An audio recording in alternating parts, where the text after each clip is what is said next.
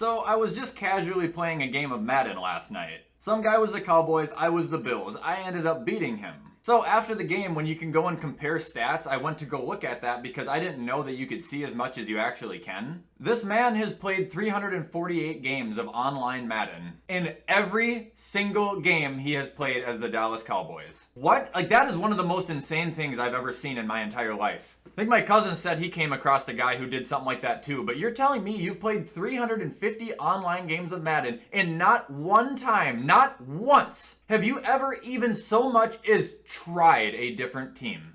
Plus, like, your record, like 177 and 170, you've played 350 games and you're still 500? That is bad. You're not getting any better at the game. I know my record's not good, but it's getting better. I'm actually almost to 500. I should be surpassing it before Madden 22 comes out. As long as I don't, start doing really bad again. But my message to the guy from last night, dude, like, you gotta pick a different team, man. You're really feeling like being a wild man. Be the Bills. Just for the love of God, pick a different team, though. How does that not get boring? Like, I don't understand it.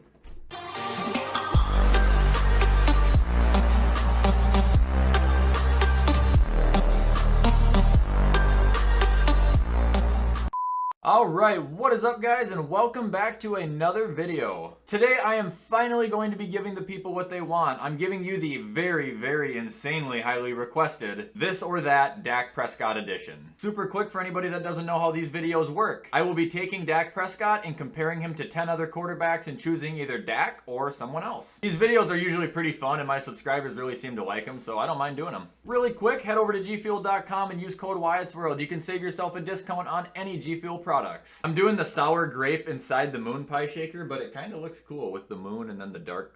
I don't know, I'm probably just stupid. Okay, on to the video. Alright, so to start this video off, we are going to dissect Dak right away, so we know who we're talking about, and I don't want to deal with any stupid shit in the comments. Okay, so Dak's stats, and I'll make sure to put a graphic up for you guys so you can see what I'm looking at. His stats are, they're not that great. He's had one really good year, 2019, I would say that's good. And last year he was on pace to have a phenomenal year, but aside from the injury, Dak has made the playoffs 3 times, only winning once. Not saying he's bad, he's not bad. He's an above average quarterback. Who would I take him over? Let's find out.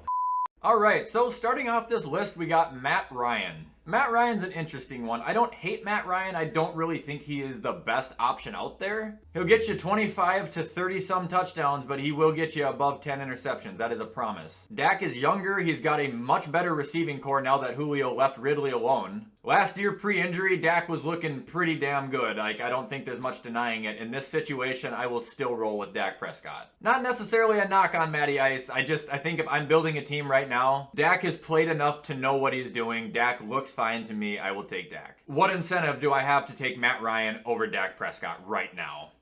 Alright, up next on this list, we've got Ryan Tannerhill. Okay, so since Ryan Tannerhill took over in Tennessee, and I know I just talked about this in another video, he's basically been the best quarterback in football right behind Patrick Mahomes. People like to bag on Tannerhill because they say he just hands the ball off to Henry all the time. I used to be that guy too up until this last year. 2020, Tannerhill only threw for 3,800 yards, because Henry rushed for 2,000. In the 3,800 yards Tannerhill threw for, 33 touchdowns, 7 interceptions, and a QBR of 107. Like, it's crazy because Tannehill is the guy where it's like, okay, the game plan is probably going to revolve around Derrick Henry, but when we give the ball to you and put it in your hands, he's just as dangerous as fucking Tom Brady is. Like, what the hell? I've also said this before too, you put Ryan Tannehill in a game-winning situation, he is going to win you that game. Now, I'm not saying Dak can't win you that game. I'm not saying Dak can't be as good as Ryan Tannehill, but he hasn't been as good as Ryan Tannehill. He hasn't won as many playoff games as Ryan Tannehill. Tannehill has just flat out been better than Dak Prescott since joining Tennessee. Up next, we got Kyler Murray. Dak is a much better passer than Kyler Murray is. Now, Kyler can throw the ball. Fucking Hail Murray. We know he can throw the ball, but 3,900 yards, 26 touchdowns, 12 interceptions. His rookie year, rookie of the year, 3,700 passing yards, 20 touchdowns, 12 interceptions. Like, those just are not great passing numbers. I mean, there's no question Kyler definitely improved significantly from his rookie year to this last year, and I think he's going to take another leap. I don't think he's going to take a Josh Allen size leap, but I'm expecting Kyler Murray to be around in the league and on the Cardinals for a pretty long time. It's just at this moment in time, time, I can't take him over Dak Prescott. I've seen Dak throw a lot more than him, and I think Dak throws a lot better of a ball than him. The only thing Kyler has right now that Dak doesn't is his mobility. Dak will especially be a little less mobile this year, considering he just came off of almost losing his damn ankle. But yeah, Kyler's running, it's not enough. With that being said, however, I am a big fan of K1. I hope him the most success, and I really want to see him go to the playoffs next year. Alright, up next we've got Joe Burrow. I thought he was a good one to put in here because I think he looked excellent last year before his injury. The injury that basically ruined happiness for everybody who wanted to see him fucking play. He had 2,600 yards, 13 touchdowns, and 5 picks. Being on the Bengals and being a rookie, that's considerably good, I would say. I have super high hopes for Burrow. As you guys can fucking see, his jersey is on my wall. And I think that he is going to be really good. He's kind of my sleeper this year, especially in fantasy. I think he's going to bounce back from that injury and he's just going to be slinging. Assuming he has the proper protection he needs on his offensive line. However, right now, I still got to go with Dak. Dak has been putting up decent and good production since 2016. Joe Burrow's been putting up good and decent production for like 8 games and then he got hurt. Funny because both of these guys are coming off of, substantially bad injuries. But I'm going to go with Dak here just because I think he's a safer pick. Definitely an experienced one for me. I could not. 1 full year for Joe? Maybe. But half a season? No, I can't. I'm sorry, Joe. I love you. Alright, up next on this list, we have got Baker Mayfield. This one's harder because I don't, pre-think of all of these. Like, it's close, man. You gotta think about it, though. Baker has 10,000 times better of an O-line than Dak does, and Dak's still outthrowing him, and was definitely on pace to outthrow him this year. He had over half the yards Baker had, and Dak was hurt after, week 5. But I am gonna take Baker in this one, because, dude, he made the jump last year, and I think he's gonna continue to make the jump. But especially after Odell Beckham gets injured, he played out of his mind and led the Browns to a playoff victory. That's crazy. I don't think he's gonna get shot out of a cannon and, throw 50 touchdowns and 4 interceptions or something insane like that this year. But I can see Baker making, another little bit of an extended jump, really solidifying himself as a solid top 10, top 8 quarterback. And obviously their coaches play a huge role in that too. Cleveland, they have a fantastic coach in Kevin Stefanski. Dallas, no, they've got a fat sack of shit. Coming off of this last season, especially after Dak's injury, I'm more comfortable taking Baker Mayfield if I had to pick between the two. It's close, and Dak isn't the wrong answer. I won't even argue it. Alright, up next we've got Lamar Jackson. You see, this would be a Kyler Murray scenario, except Lamar Jackson doesn't throw the best looking football, but he doesn't make a lot of errors. Dak throws a better football than Lamar, but Lamar is better with the football than Dak. Lamar, he's never thrown over 10 interceptions in a single season. Matter of fact, he hasn't even thrown 10. The highest he has is 9. I'm looking at it right now. 2019, his MVP year, he had 36 touchdowns, 6 picks. This last year, 26 touchdowns, 9 picks. His yardage, yeah, it's not good. 3,100 yards in 2019, 2,700 yards in 2020. But a lot of yards, not a lot of yards. He's not bad with the ball. No matter how wobbly it is. I'm going to take Lamar Jackson in this race. I'll let you know that right now. He's won 80% of his games. It could be the coach, it could be the scheme, it could legitimately be him. I don't know, but I'm not going to not take him.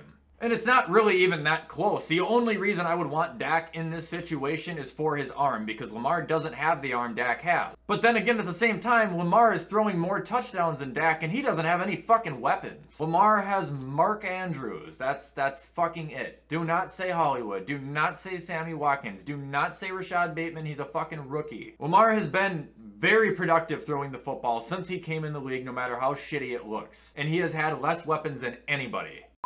Alright, up next we've got the man, Derek Carr. Okay, I left Kirk Cousins off this list intentionally because every time I even mention him, everybody throws a fucking fit about it. So Derek Carr will suffice because I look at those two as almost the same person. This one makes my head hurt a lot. I love Derek Carr. You guys know that. Underrated, underappreciated. All around good dude, but he's just a great fucking quarterback and he gets no recognition for it. This one, I choke on my words though, because it's if we're getting the Dak that exited, this last year and the one who was playing in 2019, as good as Derek Carr is, and as how much I love Derek Carr, Dak was doing better than him. Aside from his QBR, Derek Carr has definitely had a better career than Dak Prescott is. He's throwing for more yards. I don't know about playoff games. Fuck, when's the last time the Raiders even made it? But as far as similarities and playoffs and stuff go like that, I think that they're both probably about equal. Carr may have won one, he might not have. By a dick hair, I'll take Dak on this one. By a dick hair. It's solely on the fact that I'm banking on Dak being the Dak when he comes back. Not that Carr has been doing bad, because Derek Carr has never had a bad year. But like, dude, like, yeah, Dak was playing out of his fucking mind last year before he got hurt. He had a great 2019. I gotta take him over Derek Carr. I'm sorry, Derek, and I'm sorry, Raiders fans. There's no disrespect there. I'm just trying to be honest as much as it makes my stomach hurt.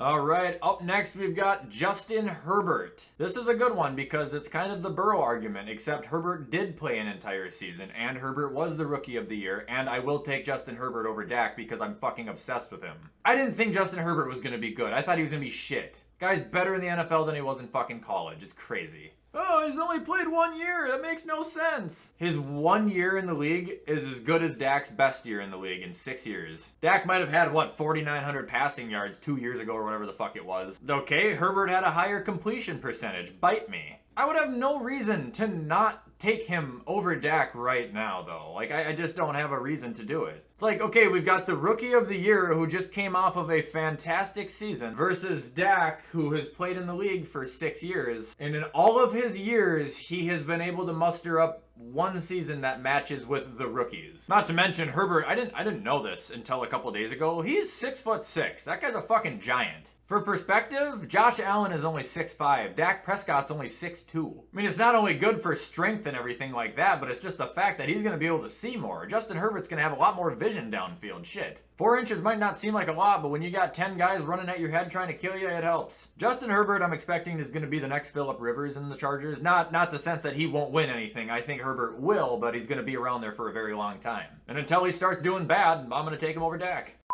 Up next, we've got Jared Goff, and I know a lot of you guys are laughing right now and rolling your eyes. Here's Goff's stats. Can I ask you what's so fucking funny now? Shit, Goff has more playoff wins. He's been to a Super Bowl. Matter of fact, Jared Goff's record as a starting quarterback is 42-27. He's not bad. Now, yeah, I'll take Dak over Jared Goff now that I'm done protecting him. And yeah, it's easy. Like, after witnessing how Jared Goff looked last year, no, give me Dak Prescott. Give me Dak Prescott with a broken fucking ankle. And Jared Goff is going on the worst rostered team in the NFL. But I'm not going to write him off. I'm not going to say he's finished, and I'm not going to say he's a pile of shit, because he is not a pile of shit. You don't throw 32 touchdowns and take your team to the Super Bowl if you're a bad quarterback. It doesn't work like that. I'm sorry. I really hope the Lions can, like, I mean, I don't want them to, threaten the Vikings, but I want them to put together something, some help. Don't waste him. Don't waste your another number 1 pick. You went from one number 1 pick in 2009 with Matt Stafford to another number 1 pick in 2016 with Goff. Here's the thing about the Lions that people are missing, and as much as I shit on them, I'm well aware of this. They have Hawkinson,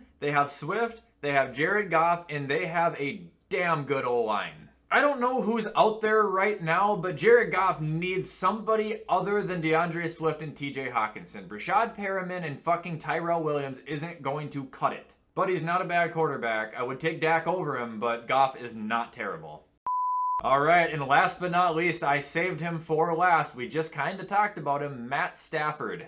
I don't give a fuck what his numbers say in Detroit. I'm taking Matt Stafford. I would take Matt Stafford over... Oh shit, I'd probably take him 6th, 7th. I wouldn't take him over Tom right now. Probably take Matt Stafford 7th right now. With the team he's going to, with who he is, who his coach is, what he did in Detroit with nothing, this guy's gonna have an MVP season. The Rams are gonna be the best team in the West. They're gonna be probably the best team in the NFC. Shit, I don't even care, I'll say that. Matt Stafford's been throwing between 400 and 4,700 yards pretty much every single year he's been in Detroit. He's also brought the Lions to the playoffs, I think, 3 times. Now, he hasn't won a game yet. I know Dak has. But Dak Prescott isn't bringing the fucking Lions to the playoffs 3 times. McVay wanted Stafford, Stafford wanted the Rams. It's a match made in heaven, and I fucking love it. Matt Stafford over Dak Prescott.